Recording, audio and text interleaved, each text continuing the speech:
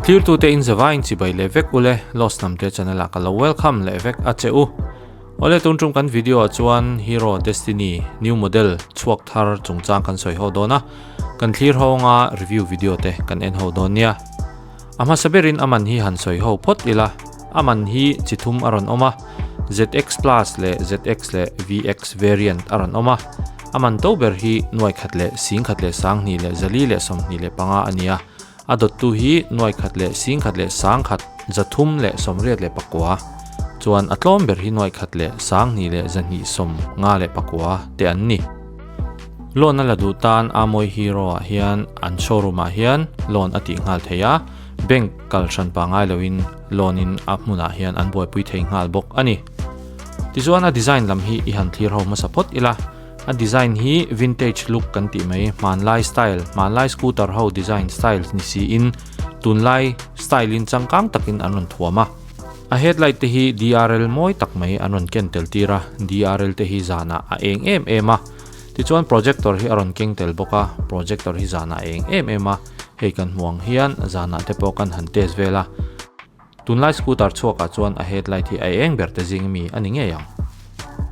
a backlight design te po hi aron moi ang reng khop maya anunga hian H ti hi anron da tela H te lang tel thei tur hian ti hian moi takin anron design bok ani a design chungchanga hi chuan enge ingai dan dik takte comments lama iron bel cha donia apon lamlan dan hi a design hi in soi ho zelila a look sim chu ke mami da chuan amoi ka tia anon thuam dana po hian tunlai scooter choka chuanin manlai style ni si scooter rongkai manlai kan rilwa scooter design bet thosi khan anon ti wang hian ke chuan moi ka ti ema soisel tur ka nei lutuk lo ani a petrol thun na te po hi anung lama hian anon da a chin nei naron siama hei hi achabi mena tanga hera hong tur ani a har salawa hei hi asi thon ngai lawa petrol thun thei hi olsam min atangkai bok ani ti chuan a body a hian a then lai hi thir aron manga a then lai a plastic te anon manga thir hi a then lai a chuan kan han soi sel deuh thin na a amai ro chu safety chungchang a chuan thir an man hi ala thajok tho ani ole engine lampanga te in han lu chho donila a engine hi 4 stroke ani a air cool ani boka a cc hi 124.6 cc ani a torque po hi 10.4 Nm at 5,500 RPM ania cylinder pakhat amanga ti chuan kick le self start a boka FI ni in fuel injection ani boka a gearbox po hi CVT aron manga a horsepower hi 9 ania tunlai scooter choka chuan asang ber te jing mi alni hial ani ti chuan he scooter ina aron kentel te jinga apoimo ber pakhat kan soi mai lo tur chu arai hoina an test na hian India rama hian petrol he lo ber scooter anon thanga hei hi an test na chuan kilometer per liter khata kilometer somnga le pakwa atlan thei anon ti hem mai ni hei hi Automotive Research Association of India arai hoina an test na ania adik thokat tura ingai photang le ama hi a body chungchang lama in han lut le ila a ground clearance le atanga a body in car hi 162 mm za somruk le pani aron ni a wheelbase hi ake in car hi sangkha zathum le pani aron ni a carb weight kan ti chu a petrol le tui zong ne na in chopola ari na zong kha kg za le sompanga aron ni thung ani asit hi asei ang renga asiti tunlai scooter chuaka chuan asei pol ta jing mi tila kan soi se lawanga puiting pani chu nuam sa takin kan thu theya a inkara po hian no pang pakhat chu nuam sa in ala thutel thei bok ani ti chuan a hmalampang gas phur na kan ti mai thin a car all hi aron zau tha maya scooter then khata hianin gas leng chang hi aron om fo maya hei hi ero chu gas hi aleng hala hei po hi a man tangkai na tura chuan a tangkai don le ani he scooter hi chi sang in anon thuam changkang maya a speedometer chungchanga hian in soi phot maila a speedo hi chu aman to bera hian full digital anon manga aman tloma hi chuan analog hote po anon mang thawa amai ro chu tunaka khal hi aman to ania speedo hi digital anon manga full digital ania ta hian GPS te po turn by turn signal antiang chi i phone ne na ikoneka GPS omang te po kha anon da bluetooth chi sang function phone call khatiang ang mingron lan theina te pokha a om ngal vek bok ani ti chuan engine kill switch an tia hian engine off na hi I3S anon ti hi aron keng tela hei hi om zia chu traffic jama ilo din khan a petrol an safe nan second nga vela khan automatic in aron off thina ti chuan hei hi kepo hianin akaman tir khanin ka boy deu thina amaro chu kan mang tam dewa alo nuam sa em maya hei hi tangkai taki ka mang thiam to a kan han din khan accelerator hi kan pam zeu khan aron in on le ngala ani lo pon a self nakha in met chewnga alung le ngal mei don ani hei hi thil tangkai takania petrol save nan po traffic jam vela po automatica in off hi atangkai bok ani indicator chungchanga hian in lut leila a indicator hi thil changkang tak mai ron thuama hei hi motor ang deuh hian indicator hi dinglama ilo peka ilo off theng hil khan veilampang in han thlek khan a handlebar in han thlek khan automatic in arain off thei dona kha theng hil lampang chungchanga khan I theng hil pon hei automatic in aloin off to dona he thil po hi thil changkang tak mai ron thuama nakin zela po scooter danga te po hian ron om zel se ti hi kasoitel du ani e a alloy hi moi tak mai anon mga diamond cut an tiang chi hi anon mangeya he hianin a design hi mit ala bokin le a ke po hi inchi som pani aron mang ve ve a he po hian a khal ati nuam phain braking a pot kong tam tak in apui bok ani a brake po hi by brake an ron manga a brake po hi arin om tha tre tro a kong chuk chowa ni thum chung vel ka kola chuta chuanin kong chuk chowa ka tlan na po har san na om lowin brake fail chung changa te po har san na om don lowa a that mel khop mai asit hi I han hong leila asit hnuai hi amai ro chu asit hnuai hi azaw chu ni hran pa lawa ma se helmet hi ls2 kan tiang chi ho hi aleng tlat maya athuk awang hian azu thuk thla a azaw zonga chuan azaw lu tuk lo na in helmet pa ngai tak chu aleng bok ani ole khang ho kha atlang puya kan soi thei ta chuni phot mai se ti chuan he scooter hi kan han khalchin ve langa ka khalchin na video te kan han clear ho le phot donia ole hei no pang thanan kan mang vel china don na school kal turin kan kal me ka tu na hin jing daret le ti daret le chan ve chawvel nia traffic te azamanga heng tiang zong zong a hen eng ang ka tha in nge nge than na ti te kha kan enanga a torque figure hemi a chakna a fuat ang zong te hi chu tunlai scooter ho chu he tiang ang family scooter ho ang hi chu ai nang deu puta a torque te po hi 10 khan ni deu veka horsepower po hei 9 ania chuan a chak han chak vuk ang tur hi chu heng tiang ang line up a hi chuanin a om lutuk lem lawa a chan chu a man na tur hi chu kan theveka chung kwa tangkai taka khatianga han mana enge changche tan man tur ti ang khan deuh bera chuanin ma se scooter reng hi a company zir hianin a ride quality te a build quality te a khal nuam te kha a om ve ni chuan tunari hi chuan complain engma ka nei lawa ama hianin a nuam zar khop me hemi a so ang zong a po hen a suspension ang zong a chuan a mid range velanga omkati a lai hol velanga omkati a chan chu a so hi so dul ani lawa so fok po anil bok lawa a lai hola oma hei hi anon set thiam ve ka ria hero hi na chan chu enge sporty lu tu ka set te kham ve then chu khau de suspension hi a om chuanin a khal te hi kong tha chuan nuam lu tu ka ni amai ro chu kong chia mizoram te chu kong chia tam awang hianin khatinga tang khan a shom ve le de thina ti khan ta chuam pui kan thleng phea aro 360 te kan on chin ngai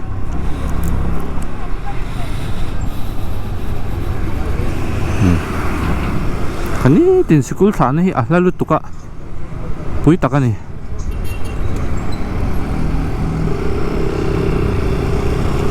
khelai hian traffic point hi om se ka ti thina a chan chu kheta changa ron chu ki blind lu tuka kan tlan chu hianin hlom ve reng lai te kha traffic hi regular takin duty thei se chu in sut pala hlom thei kom me chuan a right comfort chu nuam tok viwa ke mana ka mu dana chuan he scooter hi family scooter thatak kati ange mishing chu du zong ai nang lawa looks ta kha nalti le ti lo zong ta kha aum ve ama ro chu keima ngai vedana chon he scooter hi build finish premium kati khop me anal kati ange design hemi aligning car anron phum neu ang chi te bronze hemi color teng te hian ati moi kati ati smart kati chuanin light vel te po ni zana khan kan han te sa ni zana khanin ka thiante fanuba de ya ka keng china kong chuk chho de te kan tla na loi pu khan ni boka ron zana ha kan hoa headlight po hi tha khop mai chan chu projector hi ron keng te la le DRL po hi eng lu tuka headlight engem po pala lo cheta se DRL hi zana po headlight ayo deu thwa man theini eng thatak ani eng thatak DRL kan ti kha chu daytime running lights ti khan me hemi asira omte himo kha athakop me dan headlight chu zana chon man tlak takani ti kha scooter housing chon projector hian high beam khan high beam khan atangkai khop mai ti kha ran soini chuan backlight te po hi design anala enga tinge helai hi apong kher te po ti zona kha tama ma se design kha aron tivea helai hian in indicator omna hian chuan plus H hero kha H khami light khan aron siamani traffic hi kan duan kan kal tlai shata voin chu red le mini som panga chovel an kalila kan veng tang jon nom tok chia duan min lo tam ve le deuh to ni scooter hianin ka khal ni thum vel chu ka khal to ni enge hante sianin test mol deuh top hi om thei ni experience nei vak lawa han test deuh pop ang kha om thei ama ro chu hi chu ka kol rei to ni min ate po ka kola khal shepa chuan ama pon varan min kol tira color palem lo tak kha min kol tira ni chuan mase color palem lo tak kha me chetan chun nal lu tuka color chi sang sang kha violet ang deuh te kha oma sen te po khan nal khop mai chi sang sang hei tu na kan tar la nang hemo khaya tok den thing ve tiang kha chu ti lo wa thasin chuan tu na ka khal hi amoi ka ti khop mai adum po ha adum kha ke ma mi da chon nal ka ti smart khop ma var point anal ka ti reng adum le var hin nal dum khop mai chuan hey an soi sel na tur ka nei lo ni baka afak na tur lam kha han soi le la petrol hi he lo turu khop ma kilometer per liter hian kilometer khata hian petrol liter khata hian kilometer somnga le pakwa tlan theya soi ania an test na chuan hei hi adik thokhat tura chong kan ngai chu rai ho hian in an test na hian all india khami a test tu te khan mo motor reng mileage test tu te khan an test na khan in khatizat khan tlat maya chuang chon he lo cher khop mai a hnimin an hnim te the don ni atenki hian liter nga alenga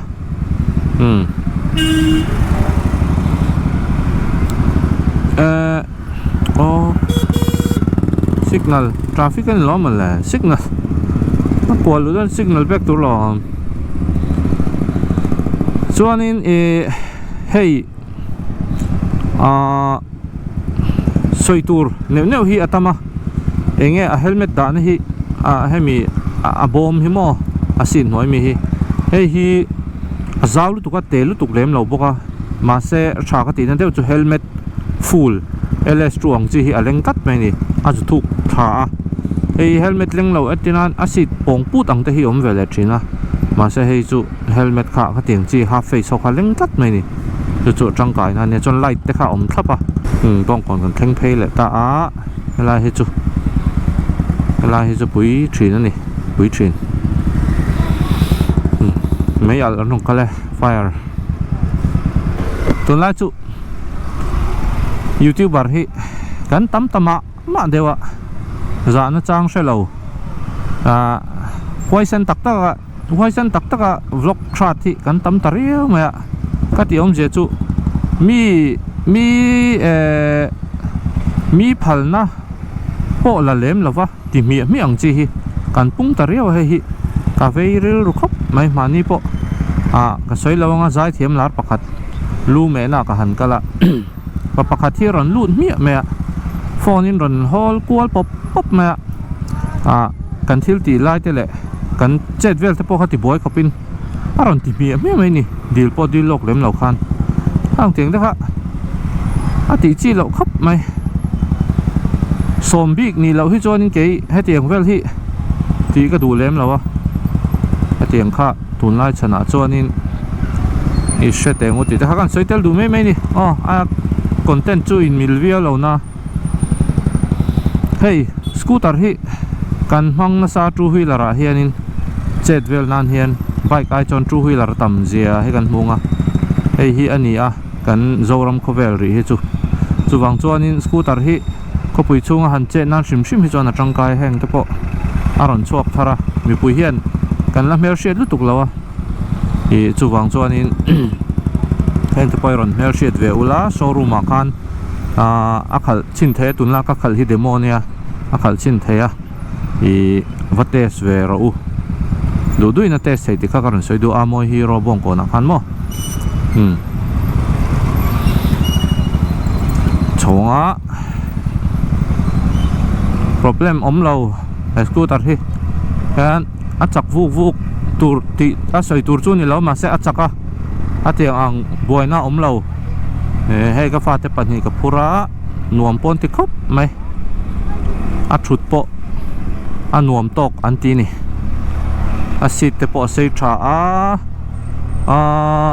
chuan a foot dress ei aron chom hi alien anal khop mai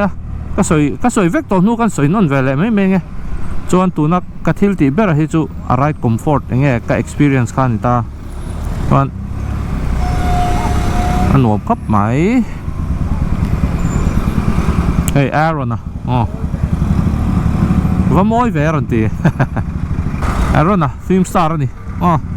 film star pon moi te khop mai Amawii hero le khai hero kha ti kha sheila mana ang lo kha khai hero kha to lawa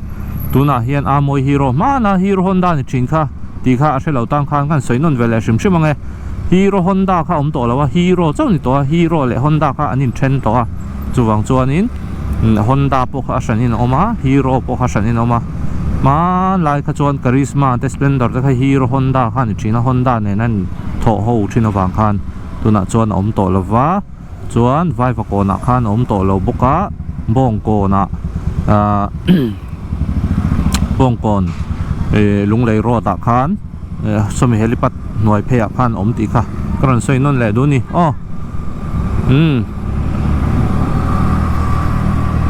anom zar khop mai gas bur po kha leng hal ani han shake vel han no lui kha ngai to lo halai chan leng hal gas bur po kha mo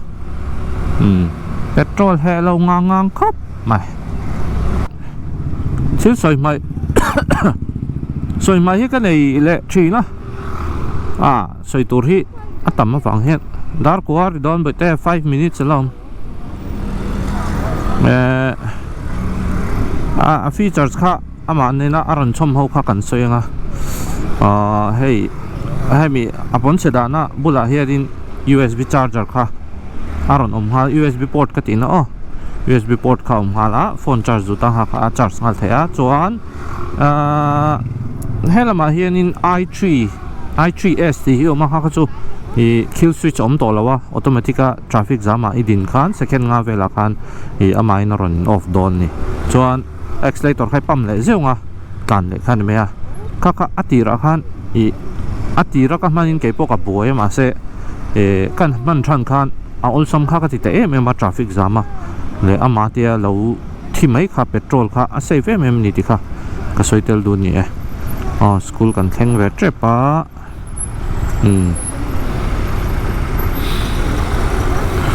kan zelanga accessories kha aron keng chau don boka du ta na gat ti neu te me cheke da na ti ang chi te mo ateng neu kha atam boka adu tan khan avo tir thei ni hei tuna hei indicator ka on meka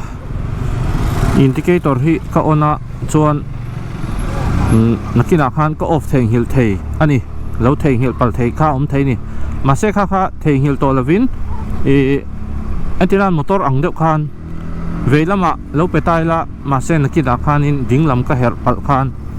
ein off mai don ni kha te po kha khami feature te kha tangkai ra khop ma hetiang hi safety a khan in a thale em ani chuan a body hi ama amat guard hi thirania ama pang ho hi plastic ania chuan anung lampang hi thirani le a thir hi kan du lo ve thina ma se safety a chuan thir hi ala thazok fo ti kha ka soitel du accident pala te hian thir chuanin kong tam taka safety a kengtel ni ti kha ka soi du ni ole no pang kan thla photanga kan ti top don ni thanuam anuam zar zar khap mai smooth ro pui mai si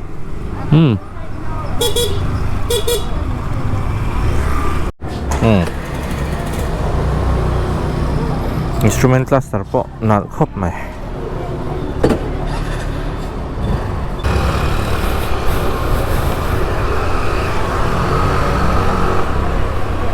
cho kan hole to anga